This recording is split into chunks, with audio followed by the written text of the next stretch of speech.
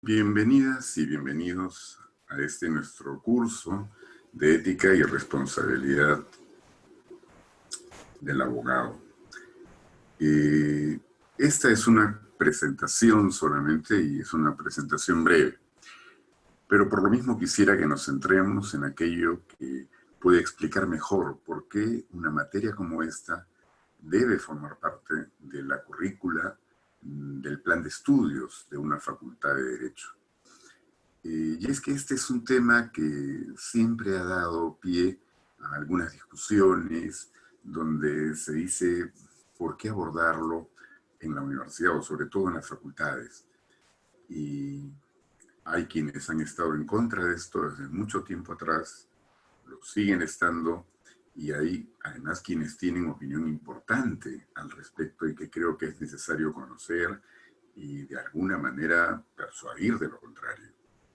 El Colegio de Abogados de Lima, por ejemplo, en una convocatoria que hizo el anterior Congreso, a propósito de una discusión que había en la Comisión de Justicia y Derechos Humanos de ese Congreso, se discutía si entonces debería establecerse la obligatoriedad de que todas las facultades de Derecho en el Perú incorporaran un curso de ética a su currícula. Y la opinión del Colegio de Abogados de Lima fue de que no. No porque, entre otras consideraciones, decían, en buena cuenta, si la ética es una formación en valores, los valores se dan en casa. Los valores se forman en el hogar, en la familia, puede complementarse probablemente en el colegio, durante la etapa escolar, pero ya no tiene sentido que esto tenga que incorporarse necesariamente a la currícula de quienes se están formando ya para ejercer una profesión.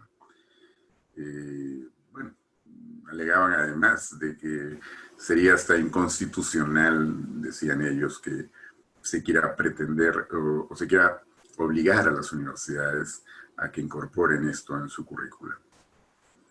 Y yo creo que esta percepción es que rige, como digo, todavía para mucha gente, está profundamente equivocada. Y la prueba de que esto es así la tenemos en la propia realidad, cuando examinamos a qué nos enfrentamos con lo que viene ocurriendo el día de hoy en promedio con el ejercicio de la profesión del derecho en el Perú. Y otro aspecto importante es también el que pueda haber oportunidad de un debate serio, a fondo, donde intercambiemos opiniones, y creo que sobran razones para pensar entonces de que aquella perspectiva está equivocada y que es muy importante, particularmente importante, que un curso de ética o que el componente ético esté presente en la currícula, en la malla curricular, en el plan de estudios de toda facultad de Derecho.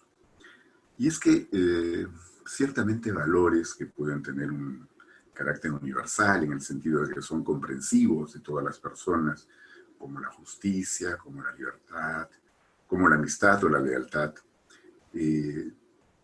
tienen sin embargo una particularización, se hacen tangibles ya en términos concretos en el día a día del ejercicio de una profesión como la abogacía.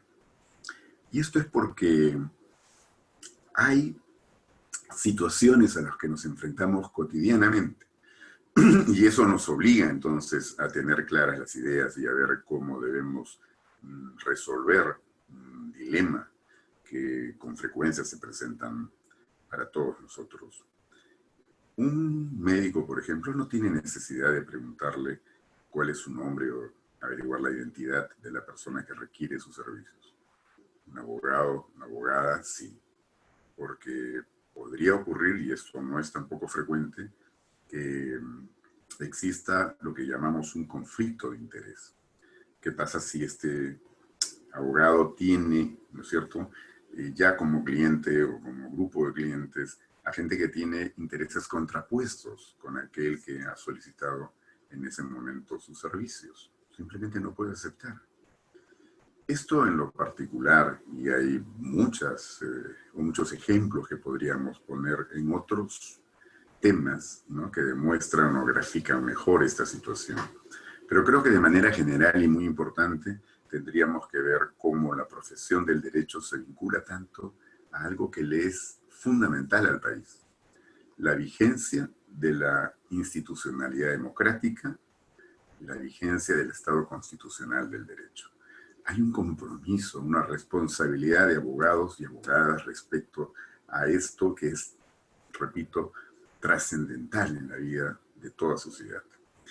En consecuencia, esto no se puede decir o no es la misma aproximación la que pueden tener otras profesiones en otras especialidades. Es verdad, y esto lo reconocemos todos, que el abogado está pues muy mal visto en nuestra sociedad. No viene de ahora, esto es de mucho tiempo atrás, y tampoco somos el único país donde esto ocurre, ¿no es verdad? Pero no podemos permanecer impasibles, indiferentes frente a esto. Es fundamental que podamos explicarnos dónde está el origen de una percepción tan negativa. Y esto porque de otra manera no estaremos en capacidad de revertir esta situación.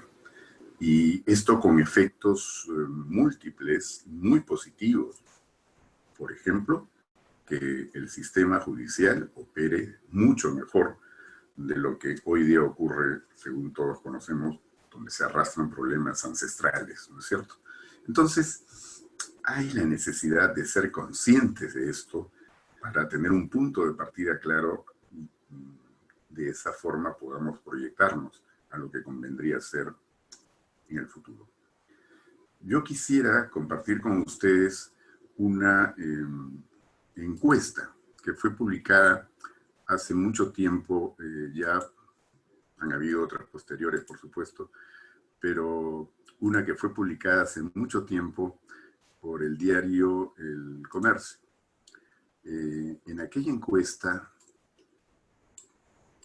déjenme buscarla, aquí la encontramos.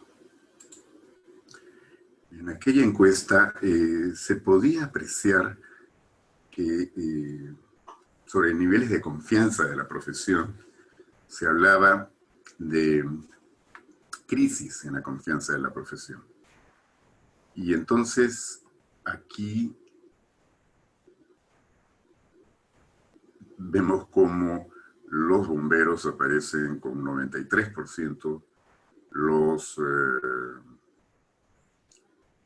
profesores un 82%, los médicos un 80%, en fin, hay evidentemente una clara aceptación, no solo aceptación, un sólido respaldo a todas estas actividades, pero cuando hablamos de abogados, entonces ya se aprecia una cosa mucho más distinta. Muy abajo aparecemos los abogados con un 21%, ¿no? Y solo nos siguen los jueces con un 18%, y sabemos perfectamente que los jueces son quienes están también entre los abogados, o en todo caso son más bien abogados y abogadas. Ya en un nivel más bajo, no muy distantes, funcionarios públicos y políticos. Muchos abogados y abogadas también integran estos estamentos. Esta situación entonces es, o era ya, en ese momento, estamos hablando del 2008, y ahora diré por qué tomo una encuesta de esa época, era ya preocupante. Pero uno tiene que explicarse ¿y por qué? ¿Qué puede explicar esto? Y, por supuesto, concurren diferentes factores.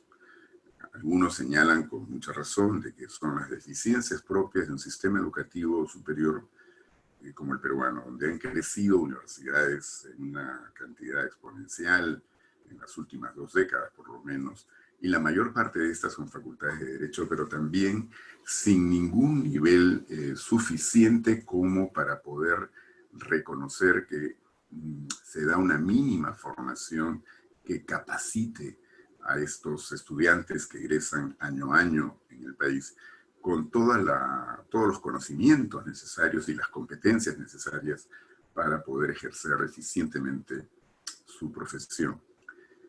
Esto es verdad, pero este es un tema que va a tener que irse abordando progresivamente. Por algo se ha creado la SUNEDU y estamos en este momento discutiendo sobre licencias o no licencias que otorga esta institución. Es un proceso que también tiene muchas resistencias, como se pudo observar, por lo menos en el Congreso anterior. Y a esto también hay que contribuir, pero hay algo que está todavía antes, ¿no?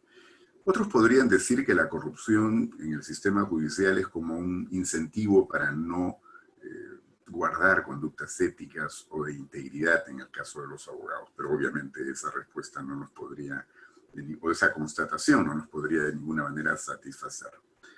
Lo que sí generó consenso en un debate serio que hubo en esta facultad precisamente a partir del año 2006, 2007 y por eso la encuesta del 2008, es que hay un descuido o ha habido un descuido sobre los valores, sobre la formación en valores, pero para profesionales en este campo, porque no se trata solo de tener una aproximación a los valores en general, sino para poder identificar los dilemas éticos de la profesión en la actualidad. Y esto ocurre además a todo nivel, porque no se trata solo de aquellos abogados que tienen un bajo perfil o quienes ejercen de una manera más que discreta. Yo lo que creo es que el caso, el escándalo Lava Jato ha demostrado cómo incluso estudios de abogados o abogados individuales que tienen amplio prestigio o que son considerados como exitosos, han tenido sin embargo compromisos muy serios en temas que los comprometen precisamente con la transgresión de estos valores. Bueno, yo creo que por eso aquí tenemos que reconocer que en el inicio de esta discusión y la manera como esta fue avanzando, ha ejercido un liderazgo indudable la profesora Beatriz Boza, ¿no? Fíjense, ella ya desde tiempo atrás, desde el año 2006, había planteado la necesidad de que se reformulara, se pudiera revisar y poner en valor precisamente lo que implica la formación ética en la profesión del abogado. Y esto fue de la mano con un proceso que ya se había iniciado, o que se inició hacia el año 2007, de reforma curricular, que es la reforma que se produjo en nuestra facultad y que nos arrojó el plan de estudios, ¿no?, la currícula que rige en este momento en nuestra facultad. Pero ahí, de manera muy importante, ella señalaba, la ética no es solo el tema de un curso o de algunos cursos.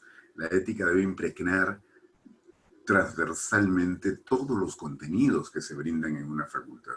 Entonces, claro, se hizo necesario crear este curso, crear otros que lo complementan, pero también, por lo menos de manera progresiva, ir incorporando de manera transversal en todos los contenidos que se brindan aquí, ¿no?, este componente ético propiamente, que es por eso como lo calificamos así. Ahora bien, ella comienza, como dije, el 2006, pero ya rápidamente consigue convocar a estudiantes que se suman a este objetivo, a este propósito. Dicho sea de paso, varios y varias de estos estudiantes han llegado a ser docentes ahora en nuestra facultad y también en otras facultades de universidades muy prestigiosas, ¿no? Se sumaron profesores, se sumaron también estudios de abogados de los más renombrados en el país, y varias facultades, 8 facultades en ese momento, estoy hablando del 2009, que forman parte de una red que la denominamos Red Peruana de Universidades, porque aquí está tanto la Universidad la Católica como, sobre todo, varias universidades nacionales en distintas partes del territorio, y también otras particulares como la Santa María de Arequipa. Y creo que hay que destacar además que finalmente se sumaron y con mucho entusiasmo algunas gerencias jurídicas de empresas. Aquí, por ejemplo, podemos apreciar las empresas que estaban muy animadas a promover y que de hecho aportaron a este proceso. prestigiadas tanto en el campo de la banca, finanzas, minería, energía o industrias y servicios. Pues bien, en base a esta labor se llegó primero el año 2009 a una propuesta normativa muy interesante que se calificó como normas modelo, ¿no? Para la responsabilidad, o perdón, para la Red Peruana de Universidades. Pero estas normas modelo dan la base para lo que ya poco después fue posible presentar como un producto muy importante de toda esta tarea, que es el Código Voluntario de Buenas Prácticas del Abogado del año 2011. Aquí sí, y ustedes pueden apreciar en la columna de la izquierda, los logos de las facultades de Derecho de las universidades que forman parte de la red y que se sumaron porque se fueron progresivamente también incrementando el número de universidades que se interesaron en esta propuesta. Y esto entonces llevó a que se llegaran a establecer aquí reglas mucho más exigentes, estándares mucho más elevados de lo que debería ser el ejercicio ético de la profesión. En un primer momento se habló de la posibilidad de que esto no fuera algo obligatorio, sino que pudieran suscribirlo, este código lo pudieran suscribir los abogados, las abogadas que así lo desearan, los estudios, en fin. Pero eso sí, con el claro compromiso de que tenían que cumplir, porque si se incumplían estas reglas, entonces podrían ser apartados, ¿no?, de esta organización que tendría una característica, una suerte de autorregulación. Esto además con un importante efecto en el mercado profesional de los abogados, etcétera, porque no solo daría una buena imagen ante la opinión pública, ante unos que están dispuestos a destacar respecto a la oferta común, sino que también para, por ejemplo, estas empresas que participaron en el proyecto, significaba el tener entonces la garantía de saber a quién podían elegir para que los asesore como abogados externos, para contratar con ellos, y todo en el propósito de que de esta manera se pudiera incidir también en la actuación del resto de abogados en el país. Bueno, esto por varias razones, ya lo conversaremos después, no prosperó así, pero sí sirvió de base este código voluntario de las buenas prácticas para que pudiera finalmente aprobarse poco tiempo después, el 24 de febrero del 2012, por la Junta de Decanos de Colegios de Abogados del Perú, un código de ética para todos los abogados, ¿no? Antes, cada colegio de abogados tenía su propio código. Tenían contenidos más o menos parecidos, pero ciertamente contenidos que en varios aspectos resultaban obsoletos. No obstante que no eran tan antiguos. El del Colegio de Abogados de Lima era el del 1997. Pero sí eran más bien principios o cuestiones más abstractas que difícilmente podrían ser puestas en cuestión. Pero a la hora de ir al terreno, o sea, a la hora de ver en concreto los problemas, las situaciones que atraviesa un abogado por regla general, los dilemas que se nos presentan, no ofrecían mayores luces sobre cómo resolverlos, cómo actuar frente a ello. Y otra cuestión es que se le daba tan poca importancia a la ética que estoy seguro que una gran mayoría de abogados afiliados a estos colegios seguramente que nunca abrieron el código de ética del colegio al cual pertenecían, ¿no? Esta es una situación que me temo no ha cambiado mucho, ha cambiado el contenido del código, pero todavía hace falta una difusión muchísimo mayor.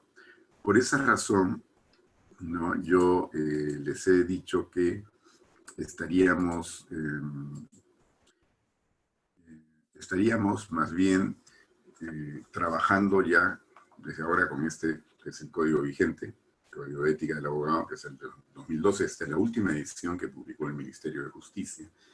Y yo tengo, como lo he anunciado en la grabación sobre inducción, ejemplares físicos para entregárselos tan pronto podamos volver a las aulas. Pero está colgado en el Paideia. Y yo los y las invito a que por favor trabajen de cerca con este código, porque vale la pena irlo conociendo, vale la pena leerlo por completo. Si surgen dudas, si surgen algunas cuestiones que pudieran no entenderse, que no lo creo, porque tiene una redacción bastante sencilla. Es más bien la necesidad de ir precisando mejor lo que aquí está contenido.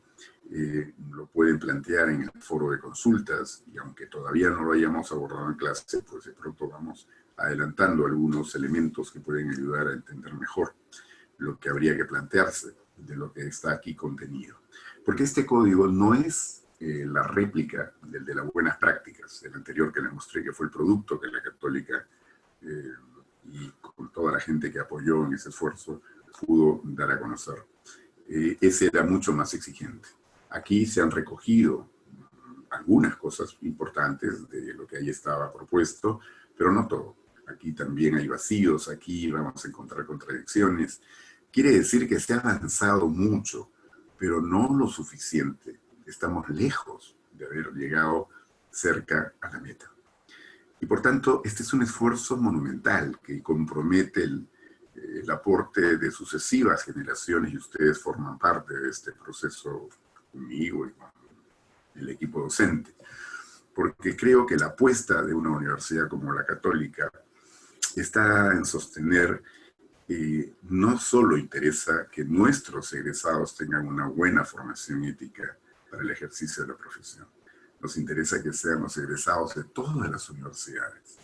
Y más que eso, para que esos egresados se encuentren con una realidad que, si bien puede tener muchas deficiencias hoy en día, pueda comenzar a cambiar. Necesitamos también incidir, por ejemplo, en los colegios profesionales, necesitamos incidir en el Poder Judicial, en las instituciones que están vinculadas al tema judicial. En fin, tenemos que aportar mucho. Ya todo eso, sin duda, contribuirá todo lo que aquí podamos trabajar en conjunto. Los y las invito a un curso que está planteado en términos participativos, en términos de reflexión, de diálogo y de creatividad entre todos. Yo y Carola y Luisa estamos para contribuir a esta reflexión, a este proceso que ustedes están iniciando ahora, pero también dependerá mucho de ustedes los buenos resultados que esperamos poder conseguir. Creo que hay un reto que tiene que ver no solo con nuestra formación personal y nuestras convicciones, sino con una responsabilidad que tenemos en una universidad ya centenaria, con más de 100 años además, que goza del mayor prestigio no solo en el Perú, sino en la región por lo menos, y sabemos que nuestra facultad está siempre calificada como la primera en el país. Entonces tenemos que también ser conscientes de eso y de asumir la responsabilidad a la que eso nos proyecta. Estoy seguro que con el apoyo, con el ánimo, la buena voluntad de cada uno, cada una de ustedes, lograremos este objetivo. Gracias.